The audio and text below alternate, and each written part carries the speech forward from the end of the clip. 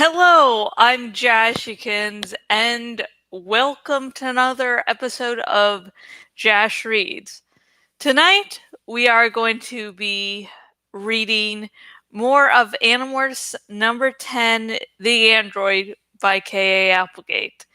And as always, this video is not intended for children. It's intended for adults who are discovering or rediscovering the joy and wonder that is Animorphs. And I'm sorry about the lateness of this video. The first thing was it was sort of a busy day where I did some errands and so got my day started later than normal. And two, for Patreon, whenever I get a video set up, I then post a link on it, a link on Patreon to the video. And then I share that link to a few places, sort of like, hey, look, I'm doing this thing, and also, hey, I have a Patreon, so if you like everything I do, donate. And Patreon is currently experiencing some technical difficulties, so it took like 10 or 15 minutes of trying to finally post it, so I'm here, and I'm sorry for the lateness and the overly long intro. So, let's get started. Woohoo!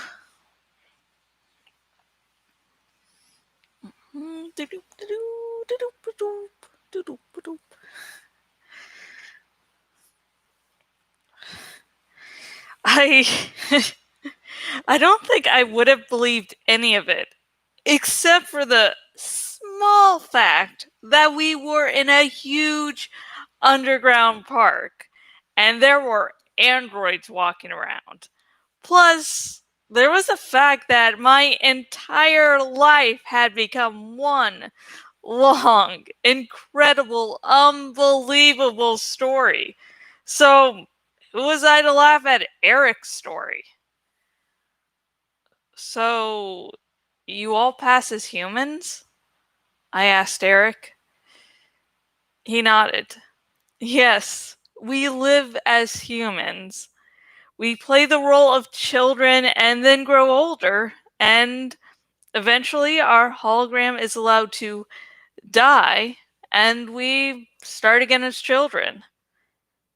How long has this been going on? Cassie asked. Erek smiled warmly. I helped to build the Great Pyramid. You designed the pyramids? No, of course not. We have never interfered in human affairs. I was a slave. I helped to quarry the stone. It was a challenge, because I was new at pretending to be human. I had to hide my real strength, of course. The Pemelite homeworld had a gravity 4 times stronger than Earth's.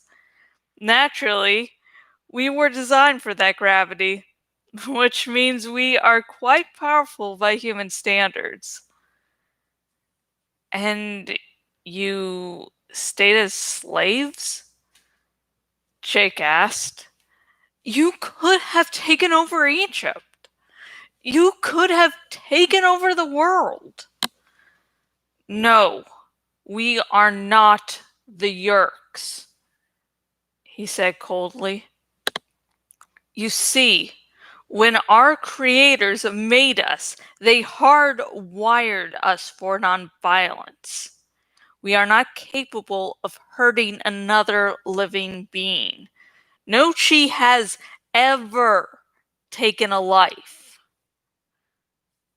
Just then, I noticed a group of 4 chi walking quickly toward us. Erek saw them too. Even though I knew his face was just a hologram, it seemed to me he was annoyed. What have you done? One of the chi demanded. What have you done, you fool? The 4 chi came up and glared at us with robot eyes. Humans and Andalite here? What have you told them? Everything, Erek said defiantly.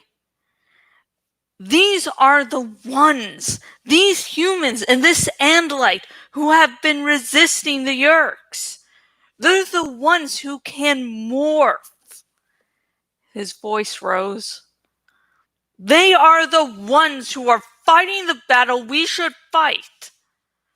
We are Chi. We do not fight, one of the androids said. It turned on its holographic projector. A human body appeared, the body of an old woman, maybe 80 years old. I am Chi Lonis. My human name for now is Maria, she said. I did not mean to seem angry toward you humans, or you, my Andalite friend. My dispute is with this Chi called Erek and some of his friends. We stood helplessly. Oh god, it's a dramatic part. And I messed up.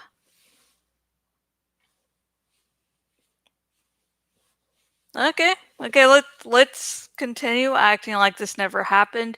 Acting like as I choose to believe that I am perfect and without fault.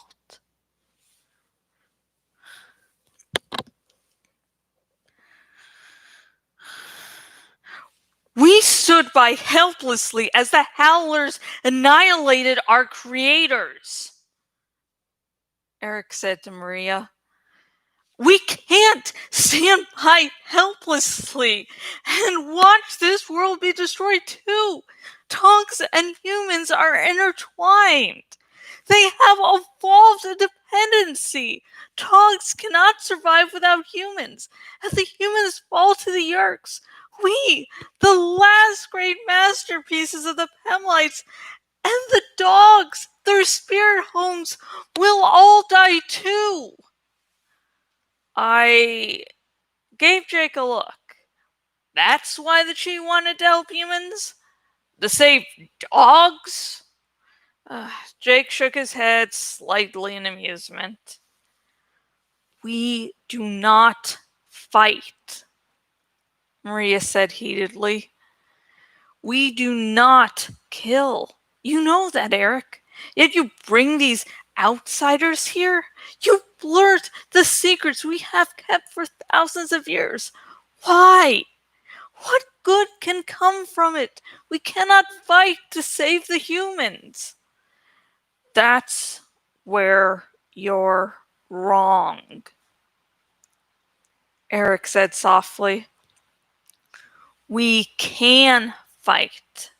While you and the others merely hope everything will work out, my friends and I have been infiltrating the Yeerk organizations here on Earth.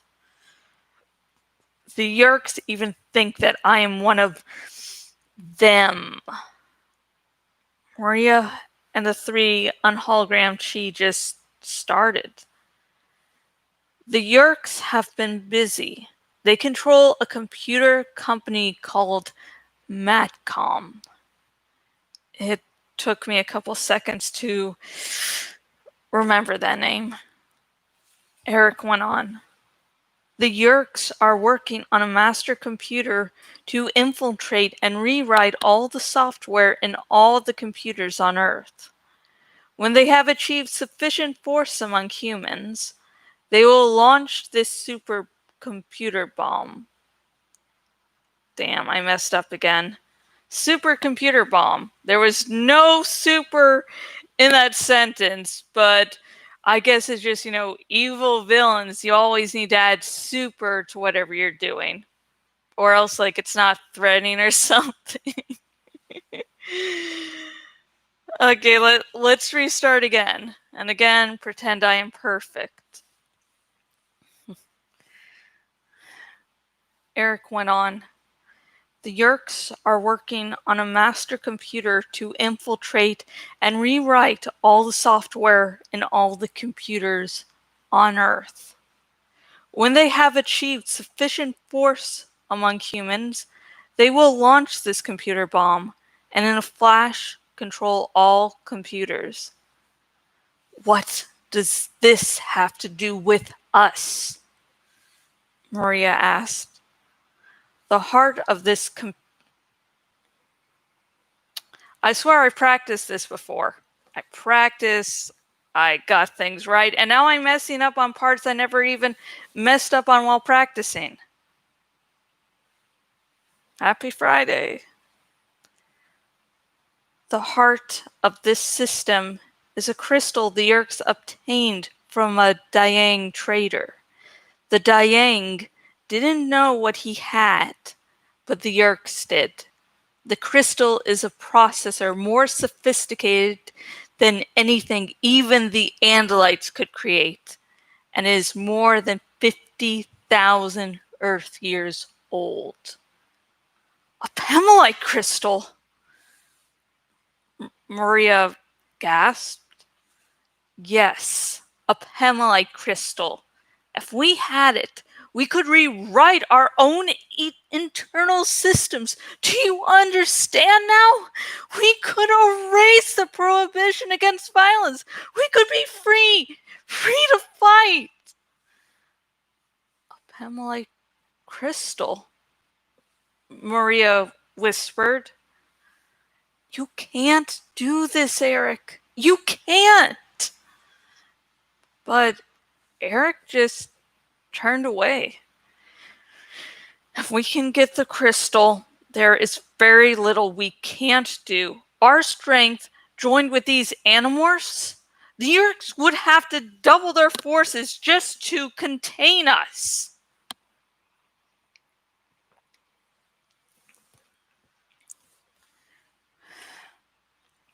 How did you convince the Yerks that you are one of them? Axe asked him. Erek turned off his hologram and became a machine once again. And then the front of his head split open. Inside his steel and ivory head was a chamber, just a few inches in diameter. And inside that chamber was a gray slug, helpless, unable to escape. Tiny wires, no thicker than hairs, wrapped around it. Yerk! Axe hissed. Yes, Erek said. The Yerks believe I am human. I accepted infestation. But of course the Yerk cannot make a controller of me. I made a place for him instead. He sees nothing, knows nothing.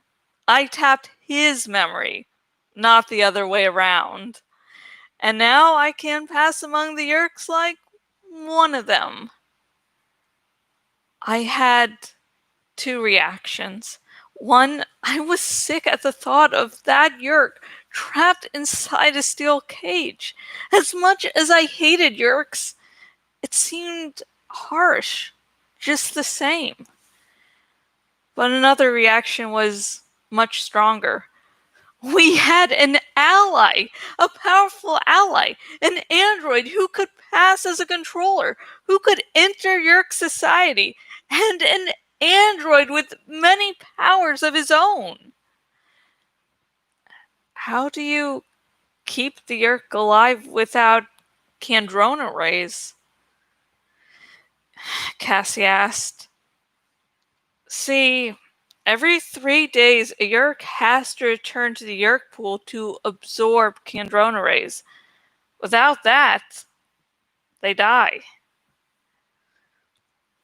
I am able to use my own internal power to generate Kandrona rays to keep this Yerk alive, Erek explained. When I go to the Yerk pool, I am able to trick the Yerks into believing that my Yerk is swimming in the pool. I generate a hologram of a Yerk leaving my ear and dropping into the pool. Later, I create a hologram of it returning. The Yerks never notice that they don't encounter this Yerk actually in the pool. Yerks communicate very little in their natural states. How do we fit into all this? Jake asked. I mean, what do you want with us, Erek? Erek resumed his human appearance. He stepped toward us, eager, excited.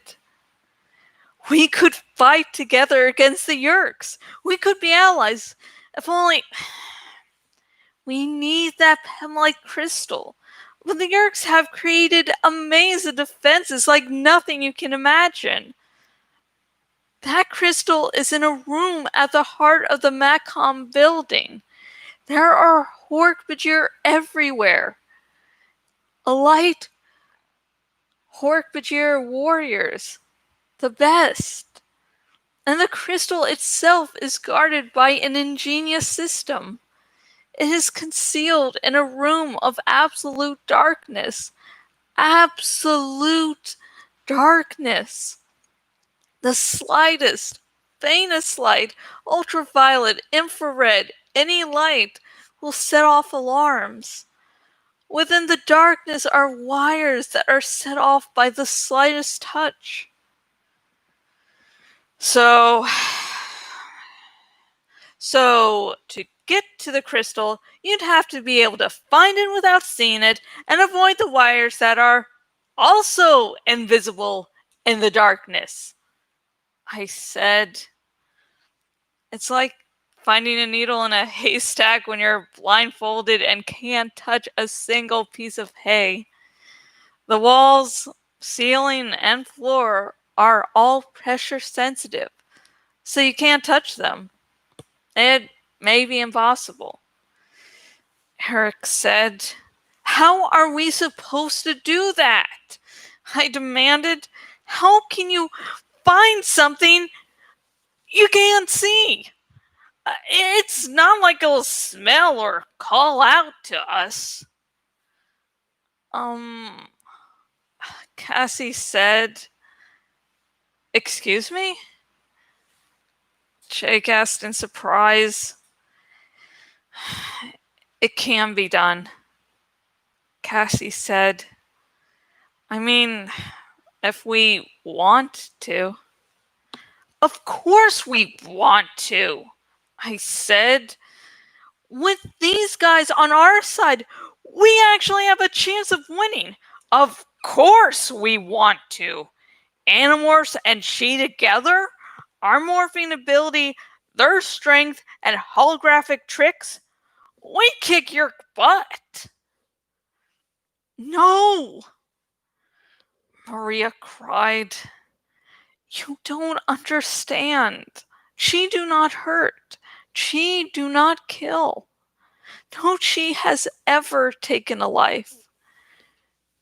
She grabbed my arm and looked right in my eyes.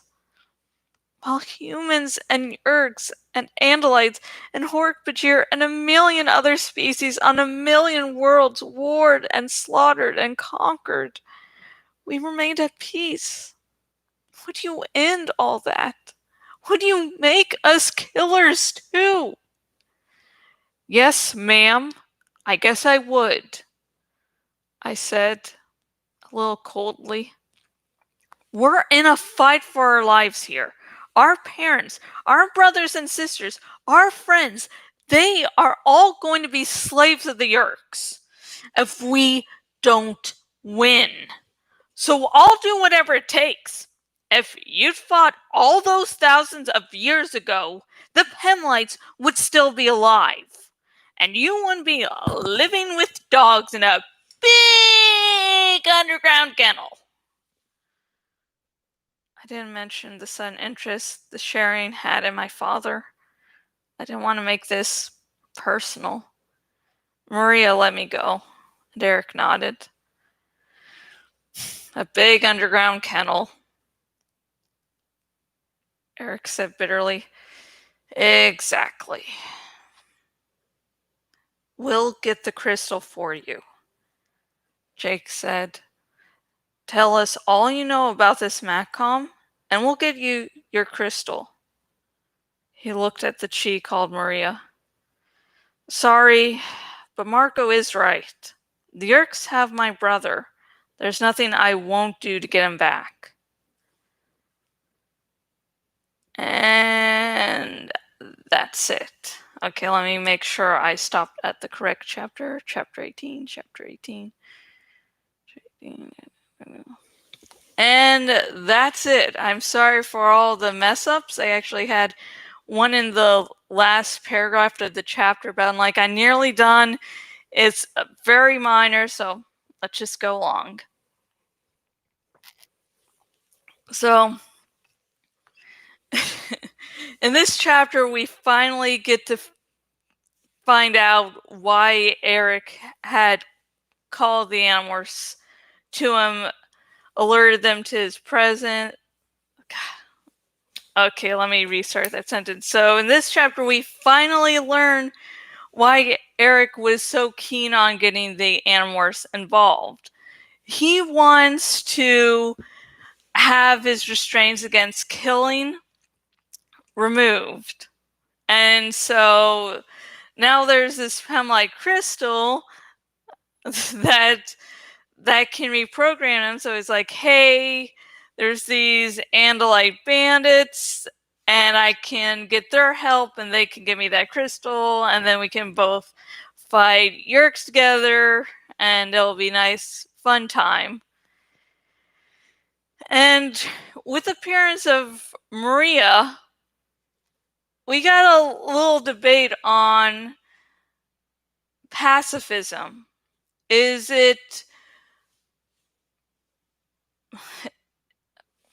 let's see, putting these into words without editing them beforehand, is it better to fight or to not fight? What are the upsides and the downsides? I mean, as Maria pointed out, she have never fought. That's just not something they do. And so Maria and the Chi that side with her are like, yeah, we're not doing this. Well, Erek's like, yeah, I want to fight. And in this chapter, we do get an answer of whether the Animorphs should fight. We're like, yeah, they have to fight. And now that Matcom's been brought up, Marco knows that his stakes in this particular fight are very personal, so he has to fight to protect his father. But should the Chi, who have been practicing pacifism for so long, change? Should they fight to defend humanity? And the Chi have gathered a lot of information, so they could possibly provide information to the Animorphs. They don't have to fight. They could, but they don't have to. They can still take a pacifistic role without actually fighting. So my question to you is this, and the chapter doesn't answer it completely. Again, it only answers whether the Animorphs should fight or not the Chi. So in your opinion, do you think the Chi should reprogram themselves so they can fight, or should they continue to practice pacifism like they have for really, really long time? And tell me why or why not. I'd love to hear your thoughts and opinions in the comment section below. And also remember to comment below with anything else you noticed about this chapter. And also please like this video. If I might have done this one already, but hell with it. If you like dogs, give this a thumbs up. I'll also do a thumbs up for birds. I have 4 birds currently, so like for birds too. Also, subscribe to this YouTube channel, as I will be continuing to read Animorphs number 10 and the entire Animorphs series. So, yay. And if you grew interested in Animorphs number 10 and want to actually read it for yourself without me messing up every now and again, wherever I post this video, I post a link to where you can buy the book in a few different formats. So you do that. And I hope everyone stays safe this weekend. I'm in Florida, and yes, I might be hit a little bit by the hurricane. So I'm making preparations on my end. If you're also going to be affected by the hurricanes, remember, get some backup water. Not backup water, get some water, get some canned foods or things that don't have to be refrigerated just in case power goes out. So I'll be doing all that.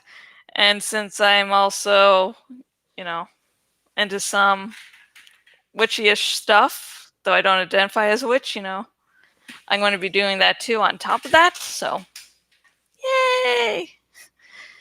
So, if things go right, I don't know if I'll be able to record on Monday. I can't really remember when it's going to hit.